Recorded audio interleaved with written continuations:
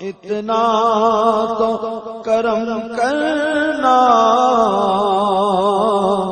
اے نرگس مستانہ، جب جان لبوں پر ہو تم سامنے آ جانا، کھاتے ہیں تیرے در کا پیتے ہیں تیرے در کا، پانی ہے تیرا پانی، دانا ہے تیرا دانا، تو شمع رسالت ہے، عالم تیرا پروانہ۔ تو ناظرین، میں کہہ رہا تھا حضرت عبد المطلب کے انتقال کے بعد حضرت محمد صلی اللہ علیہ وسلم کی پرورش اور تربیت کی ذمہ داری حضور صلی اللہ علیہ وسلم کے چچا حضرت ابو طالب کی تھی۔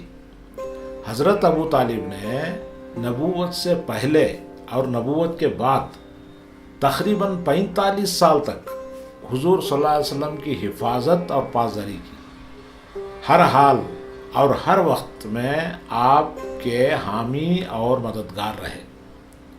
حضرت ابو طالب علیہ السلام نے حضور صلی اللہ علیہ وسلم کے لیے جو قربانیاں دی اسے کون انکار کر سکتا ہے؟ اپنے پورے بچوں کو حضور صلی اللہ علیہ وسلم پر قربان کر دیا۔ چچا ابو طالب نے حضور صلی اللہ علیہ وسلم کو کبھی بھی تنہا نہیں چھوڑا، کبھی بغیر آپ کے کھانا نہیں کھایا، رات کو اپنی چارپائی کے پاس آپ کا پلنگ رکھا۔ حضرت ابو طالب مکہ کے سردار تھے، جب بھی کسی فیصلے میں یا حج کی میٹنگ میں جاتے تو حضور صلی اللہ علیہ وسلم کو اپنے ساتھ لے جاتے، کعبہ شریف میں حاجیوں کے سامنے اپنے بھتیجے کی تعریف میں اشعار لکھ کر پڑھا کرتے۔ ایک مرتبہ مکے کے شورا، علماء اور عمرہ کی محفل میں حضرت ابو طالب نے 80 بیت کا قصیدہ پڑھا تھا، جو اپنے بھتیجے محمد صلی اللہ علیہ وسلم کی تعریف میں لکھا گیا تھا۔ لکھتے ہی میرا بھتیجا ایسا متبرک ہے کہ اس کے روشن چہرے کا واسطہ دے کر بادلوں سے پانی مانگا جاتا ہے، وہ یتیموں، بیواؤں اور مسکینوں کا ہمدرد ہے۔ یہ بنی ہاشم میں سے ہیں جن کے ارد گرد غریب غربا جمع ہوتے رہتے ہیں اور اپنی جھولیاں بھرتے ہیں۔ بنی ہاشم سچائی اور عدل کے ترازو ہیں۔ خدا نے اپنے نام سے نکالا ہے نام محمد، صاحب عرش محمود ہے اور رسول خدا محمد ہے۔ ناظرین، حضرت ابو طالب علیہ السلام کے اس پاکیزہ کلام میں غور کرنے سے اندازہ ہوتا ہے کہ حضرت ابو طالب کس قدر حضور صلی اللہ علیہ وسلم کے گفتار اور کردار سے مانوس تھے۔ تو ناظرین، حضرت ابو طالب نے اپنے والد عبد المطلب کی وصیت کے مطابق حضور صلی اللہ علیہ وسلم کی تربیت میں کوئی کسر باقی نہیں رکھے۔ مکہ کے اطراف و اکناف کے قبیلوں میں حضور صلی اللہ علیہ وسلم کے بات کرنے کا انداز اور ان کی سچائی کے چرچے اتنے ہو گئے تھے کہ ہر کوئی حضور صلی اللہ علیہ وسلم کا دیدار کرنا اور بات کرنا چاہتا تھا۔ باہر کے لوگ حج یا تجارت کے لیے مکہ آتے تو حضور صلی اللہ علیہ وسلم کا دیدار کیے بغیر وہ واپس نہیں جاتے تھے۔ مکہ کے لوگ بھی حضور صلی اللہ علیہ وسلم کی سچائی اور معصومیت پر فدا تھے۔ حضرت عبد المطلب نے حضرت ابو طالب اور حضور صلی اللہ علیہ وسلم کو بہت کچھ نوازا تھا۔ ان کے حصے میں سینکڑوں اونٹ اور بکریاں آئی تھیں جن کو مکہ کے غریب لوگ اجرت پر چرایا کرتے تھے۔ اس کے علاوہ لنگر وغیرہ پکانے اور مہمانوں کی خدمت کے لیے 22 غلام تھے جو ہمیشہ حضور صلی اللہ علیہ وسلم کی خدمت کے لیے تیار رہتے تھے، لیکن حضور صلی اللہ علیہ وسلم کسی سے خدمت نہیں لیتے تھے. الٹا اگر کوئی غلام بیمار ہو جاتا تو حضور صلی اللہ علیہ وسلم خود اپنے ننھے ننھے ہاتھوں سے دوائی پلاتے اور کھانا کھلاتے تھے.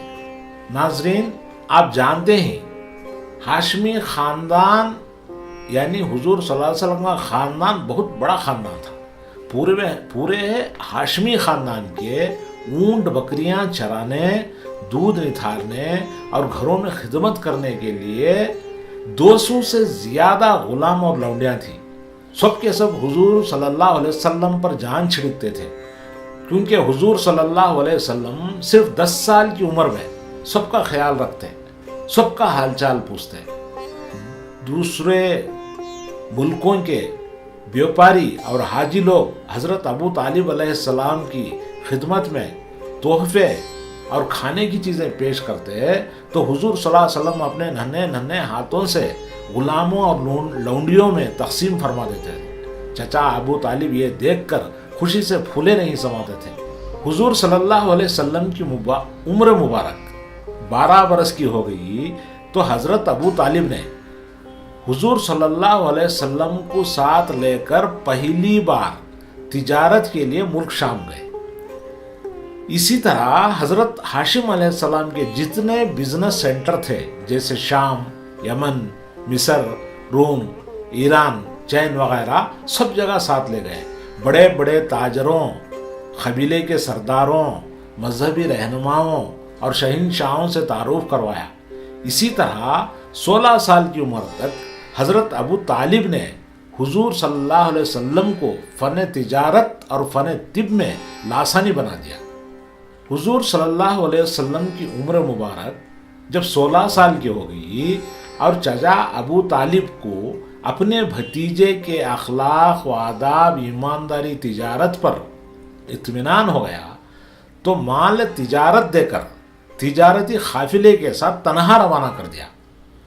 حضور صلی اللہ علیہ وسلم تنہا تجارت کر کے واپس ہوئے تو آپ کا تجربہ، ایمانداری، امانت داری، مجبوروں پر رحم کے سبب مکہ اور اطراف و اکناف کے ملکوں میں آپ کے چرچے ہونے لگے. خلق خدا نے آپ کو امین یعنی امانت دار کے لقب سے پکارنا شروع کیا. بڑے بڑے بیوپاری حضور صلی اللہ علیہ وسلم کی تجارت میں شامل ہونے لگے. پورا ہاشمی خاندان بہت خوش تھا کیونکہ لوگ حضور صلی اللہ علیہ وسلم کو صادق اور امین کے لقب سے پکارتے تھے. ہاشمی خاندان کی سخاوت پہلے سے زیادہ ہو گئی تھی کیونکہ حضور صلی اللہ علیہ وسلم جتنا روپیہ کماتے تھے غریبوں میں لٹا دیتے تھے. سب خوش تھے.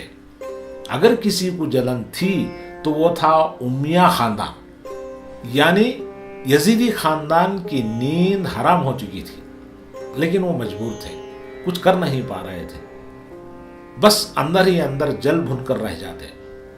ناظرین ذرا غور کیجئے، حضور صلی اللہ علیہ وسلم نے اپنی امت کو 17 سال کی عمر میں ہی یہ پیغام دے دیا اور عمل کر کے دکھا دیا کہ داڑھی مونچھ کے نکلنے سے پہلے ہی سچے اور امانت دار بن جاؤ اور اپنے بچوں کو سچائی اور امانت داری کی گھٹی پلا دو، کیونکہ جنم کی عادت جنازے تک.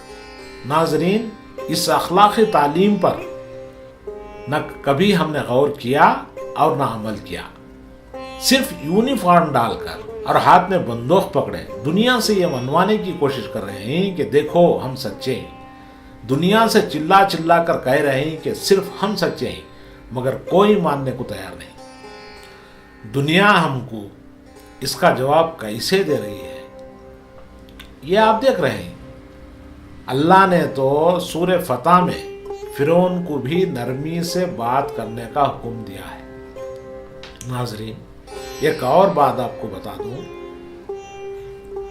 علم طب حضور صلی اللہ علیہ وسلم کا خاندانی علم ہے. علم طب مطلب یونانی علاج، وہ دوا جو جڑی بوٹیوں سے بنائی جاتی ہے. حضور صلی اللہ علیہ وسلم نے صحت و تندرستی کے لیے بے شمار انمول تحفے ہمیں عطا کیے ہیں. زمین پر پھیلی بے شمار دھاتیں اور جڑی بوٹیوں اور ان کے استعمال کے طریقے بتائے ہیں۔ حضور صلی اللہ علیہ وسلم جب بھی کسی بیمار کی عیادت کو جاتے تو بیمار کی پیشانی پر ہاتھ رکھتے، حال چال پوچھتے، تسلی دیتے اور دعا کرتے اور فرماتے بڑھاپے کے علاوہ ہر بیماری کے لیے دوا موجود ہے۔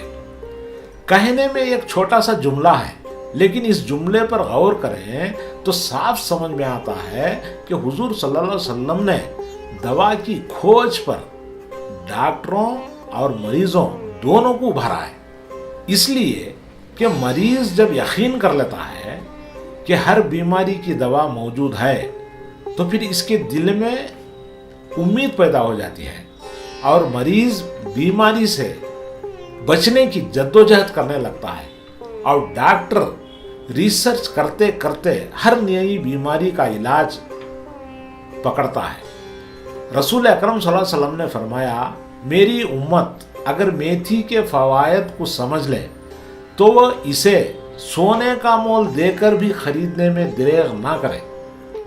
حضور صلی اللہ علیہ وسلم نے فرمایا اپنے گھروں میں لوبان جلایا کرو۔